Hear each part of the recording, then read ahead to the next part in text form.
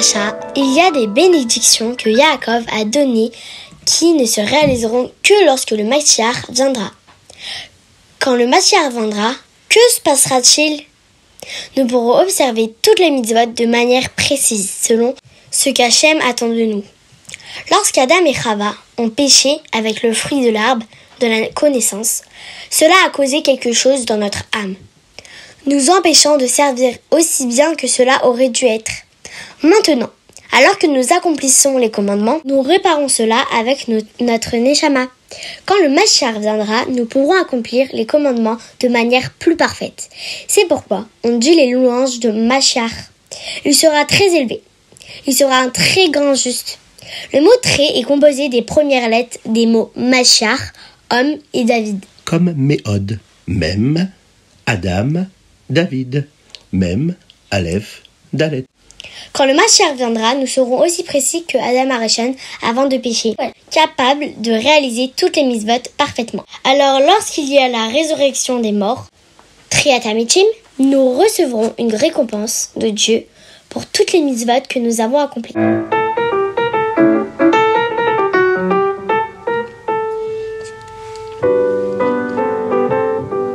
Bonjour à tous, infiniment heureux de vous retrouver pour partager avec vous le Chitatu du jour. Aujourd'hui, nous sommes le mardi. Nous sommes également le 14 Tevet et Tafshin Pei Dalet et le 5784, le 14 Tevet 5784. Pensez à mettre une petite pièce dans la Tzedaka parce qu'une petite pièce dans la Tzedaka. Et Mashiach arrivera. Ah, tu la connais ? Elle est parfaite cette chanson-là. Et oui, quand on met la tzedaka, eh bien, on ramène le Mashiach. Alors, faites-le. Et vous pouvez aussi partager le Chitat grâce à cela. Eh bien, on diffuse la Torah et les mitzvot. Et Mashiach viendra aussi. On a une très belle pensée aujourd'hui pour tous nos frères en Eretz Israël. qu'Akadosh Baruch Hu les libère et qu'il nous délivre de cette galoute, de cet exil et qu'il nous envoie le Mashiach. Tout de suite.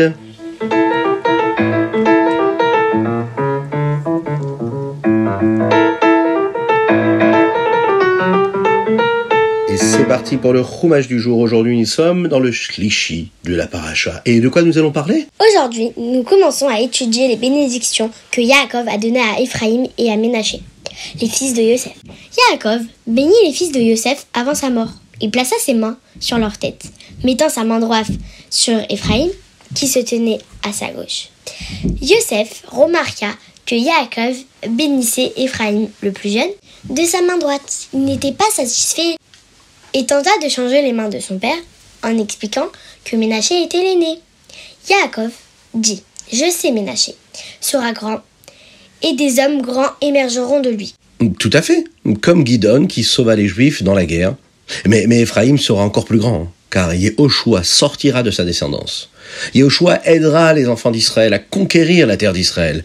Il va leur enseigner la Torah, et le monde entier connaîtra ses exploits. Vous vous en souviendrez très très bien plus tard dans l'histoire, lorsque le soleil se tiendra à Givon. C'était le 9 Tammuz. Yaakov va les bénir, et il va déclarer que les Béné Israël devraient bénir eux leurs enfants pour qu'ils soient comme Ephraïm et Ménaché. Vous connaissez cette bracha-là.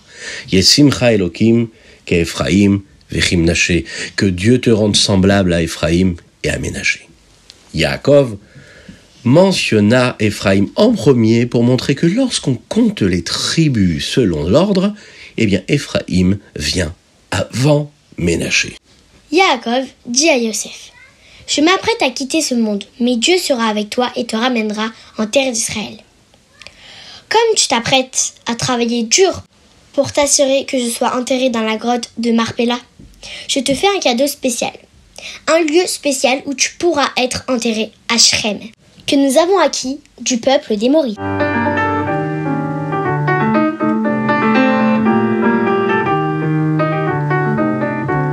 Et nous passons tout de suite au Teilim du jour. Aujourd'hui, nous sommes le Yud Dalet, le 14e jour du mois de Tevet.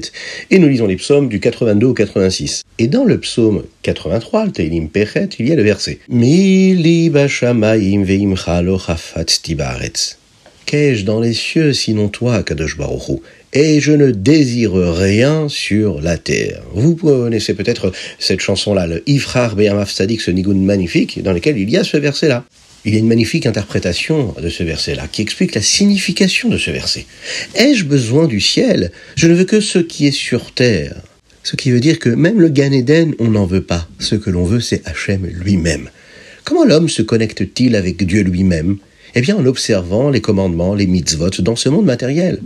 Les Chachamim, nos sages, disent qu'une heure de repentir et de bonnes actions dans ce monde-là, ici-bas, est bien meilleure que toute la vie que l'on pourrait avoir dans le monde à venir, dans le monde futur. Oui, Sha'achad bitshuva u'ma'asim tovim mikol chaye ha'olam haba. C'est bien de vivre un seul instant ici-bas et d'accomplir un seul instant de Torah et de mitzvot, plus que tout le monde futur. Dans le monde à venir, les âmes vont pouvoir jouir de la lumière d'Akadosh Baruch Hu de Dieu, mais en observant les mitzvot dans ce monde, la neshama se connecte à l'essence même d'Akadosh Baruch Hu.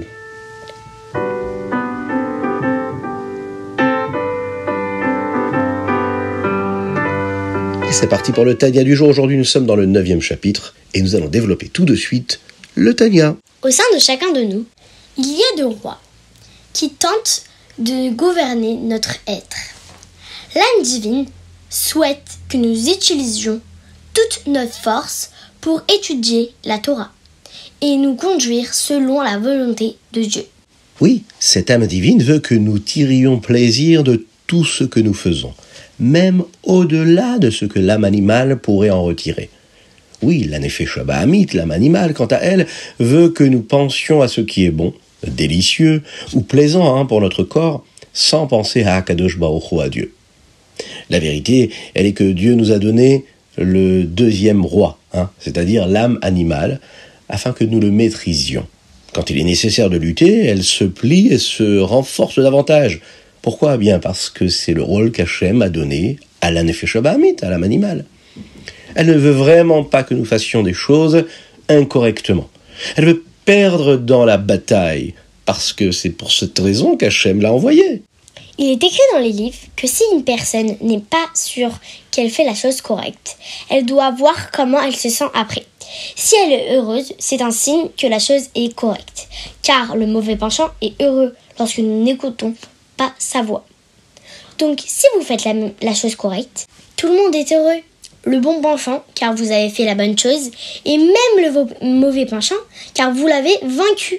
Si quelqu'un, Hasvé Shalom, Dieu nous en préserve, fait la chose incorrecte, personne n'est heureux, ni le bon penchant, ni même le mauvais penchant. En effet, il nous reste à faire beaucoup de mitzvot, beaucoup de Torah, d'étudier et de partager, surtout d'aimer son prochain, la Ahavat Israël.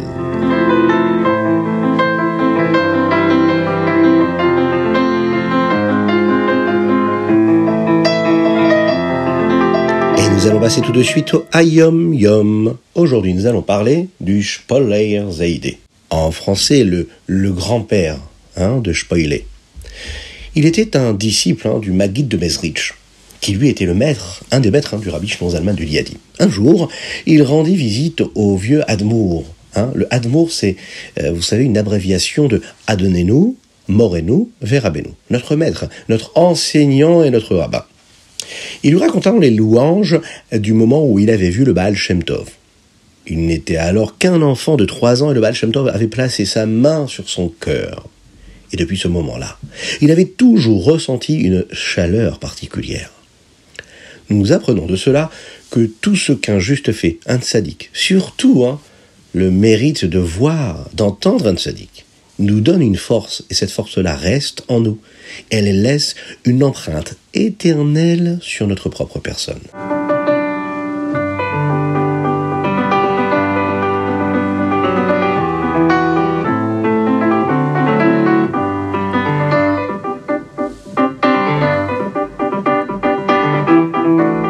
Et nous passons tout de suite au Rambam du jour. Dans le Rambam d'aujourd'hui, on apprend comment s'éloigner du vol. Chapitre 4, il enseigne ce qui se passe si quelque chose est volé, pendant que quelqu'un d'autre veille sur cela. Il y a quelqu'un qui garde cela. Eh bien, ce n'est pas considéré comme restitué jusqu'à ce que le propriétaire soit assuré de l'avoir récupéré. Dans le chapitre 5, on nous parle de l'interdit d'acheter ou de vendre quelque chose qui est volé. Et si quelqu'un le fait, le propriétaire peut le racheter et obliger le voleur à lui rembourser l'argent. Dans le dernier chapitre, le chapitre 6, on nous enseigne qu'il est interdit d'acheter quelque chose qui semble probablement volé. Par exemple, il est interdit d'acheter un objet d'une personne qui dit cacher cet achat-là, ou bien d'une personne qui, normalement, n'a pas le droit de posséder un tel objet, à moins que nous soyons sûrs que l'objet lui appartient à lui personnellement.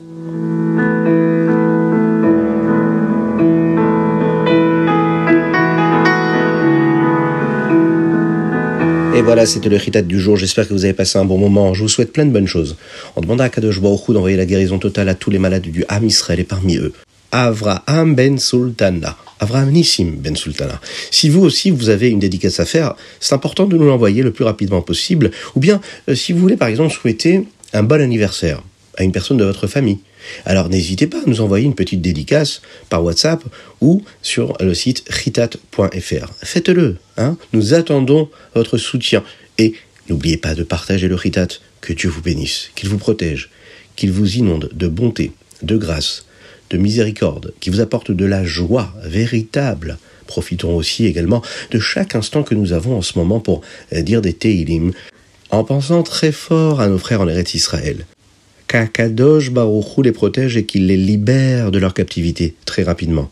On s'attache à leur neshamot, on leur donne de la force de là où on est, on leur donne de la vitalité avec les mitzvot que l'on va faire, avec les efforts que l'on va accomplir un petit peu mieux chaque mitzvah, une plus belle tfila, des plus belles mitzvot, plus de concentration dans les mots de tfila que l'on prononce, dans le Birkat Hamazon que nous prononçons. On demande à Hachem de les libérer. À très bientôt.